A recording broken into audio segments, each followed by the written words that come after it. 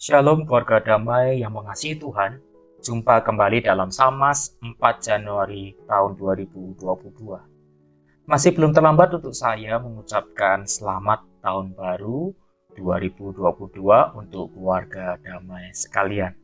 Kiranya kasih Tuhan Yesus Kristus menyertai perjalanan Bapak Ibu sekalian di tahun ini. Sebelum kita mendengar dan merenungkan sabdanya, mari kita berdoa untuk memohon pertolongan Tuhan agar kita dimampukan mengerti sabdanya. Mari kita berdoa. Bapa kami yang terkasih, kami mensyukuri jika Tuhan memperkenankan kami melalui tahun 2021 dengan baik. Meski tidak mudah jalan yang kami lalui, tapi kami yakin dan tetap percaya Tuhan tetap menolong dan menjadi topangan kami. Saat ini kami berkesempatan untuk merenungkan sedikit dari sabdamu. Kiranya Tuhan sendiri yang menolong kami agar kami memahami setiap perkataanmu dan sabdamu menolong kami untuk melangkah dengan pasti melalui kehidupan yang tak selalu mudah untuk kami. Kini bersabdalah Tuhan, kami siap mendengarkannya. Amin. Bacaan kita hari ini terambil dari Kisah Para Rasul 7, ayatnya yang ke-44 sampai 53. Kisah Para Rasul 7, ayatnya yang ke-44 sampai 53. Saya akan membacakan untuk kita sekalian. Kemah kesaksian ada pada nenek moyang kita di padang gurun, seperti yang diperintahkan Allah kepada Musa untuk membuatnya menurut contoh yang telah dilihatnya. Kemah itu yang diterima nenek moyang kita dan yang dengan pimpinan Yosua dibawa masuk ke tanah ini, yaitu waktu tanah ini direbut dari bangsa-bangsa lain yang dihalau Allah dari depan nenek moyang kita. Demikianlah sampai kepada zaman Daud. Daud telah mendapat kasih karunia di hadapan Allah dan ia memohon supaya ia diperkenankan untuk mendirikan suatu tempat kediaman bagi Allah Yakub. Tetapi Salomo lah yang mendirikan sebuah rumah untuk Allah. Tetapi Yang Maha Tinggi tidak diam di dalam apa yang dibuat oleh tangan manusia, seperti yang dikatakan oleh Nabi. Langit adalah tahtaku dan bumi adalah tumpuan kakiku. Rumah apakah yang akan kamu dirikan bagiku? Demikian firman Tuhan. Tempat apakah yang akan menjadi perhentianku? Bukankah tanganku sendiri yang membuat semuanya ini?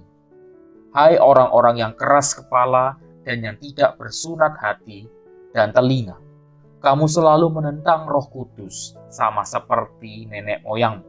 Demikian juga kamu. Siapakah dari nabi-nabi yang tidak dianiaya oleh nenek moyangmu?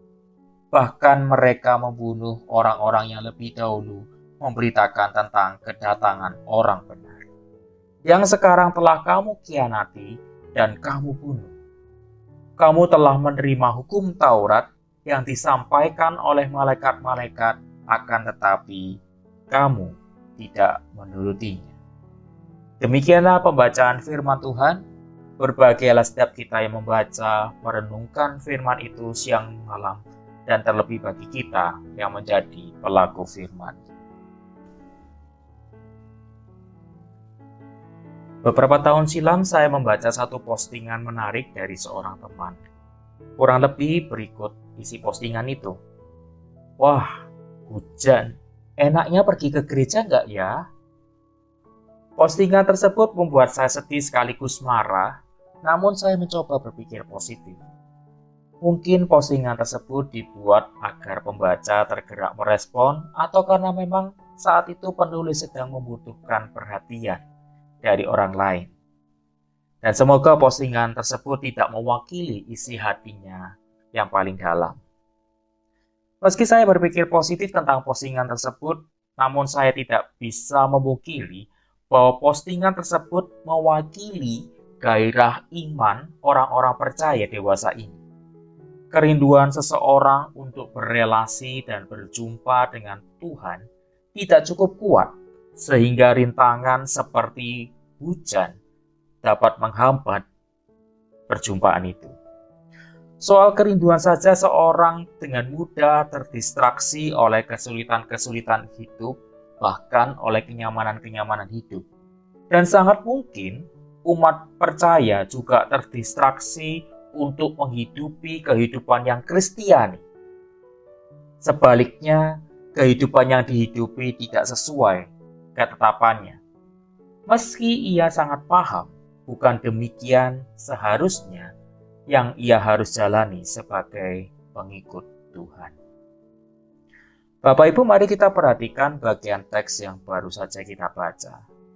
Teks yang kita baca merupakan bagian akhir dari pledoi atau nota pembelaan yang dilakukan oleh Stefanus. Tidak seperti pledoi yang umumnya berisi narasi untuk melakukan pembelaan diri guna meringankan atau meyakinkan hakim dan orang-orang yang hadir pada saat itu bahwa dirinya tidak bersalah. Pledoi Stefanus justru berisi narasi khotbah panjang untuk mengkritisi cara hidup umat percaya kala itu. Meski Stefanus diperhadapkan situasi sulit, ia tetap menjalankan panggilannya dan menyuarakan kebenaran di tengah pengadilannya. Pilihan hidup demikian menjadi cermin hidup yang seharusnya dihayati oleh umat percaya. Kehidupan yang jauh berbeda dengan penggambaran saya di awal, yang menghayati iman sekadarnya, bahkan tidak nampak keseriusannya untuk mengasihi Tuhan. Bapak Ibu sekalian, kita sudah memasuki tahun yang baru. Kehidupan yang akan datang di tahun ini masih menjadi misteri untuk kita semua. Apakah kehidupan di tahun ini menjadi sahabat atau sebaliknya justru menyajikan kejutan-kejutan yang menggoda iman kita untuk kembali tidak serius dengan komitmen iman kita? Bapak Ibu sekalian, mari ikuti teladan Stefanus. Sebaliknya, jauhi hidup yang tidak serius dengan iman kita dengan Tuhan. Amin. Mari kita berdoa. Terima kasih Tuhan atas kesempatan kami boleh merenungkan sabda-Mu. Biarlah sabda-Mu menuntun kami kepada hikmat yang memampukan kami menjalani hidup dengan bijak. Bantu kami untuk terus berproses dengan keyakinan kami, sehingga kelak Engkau mendapati kami tetap setia dan hidup benar di hadapan-Mu.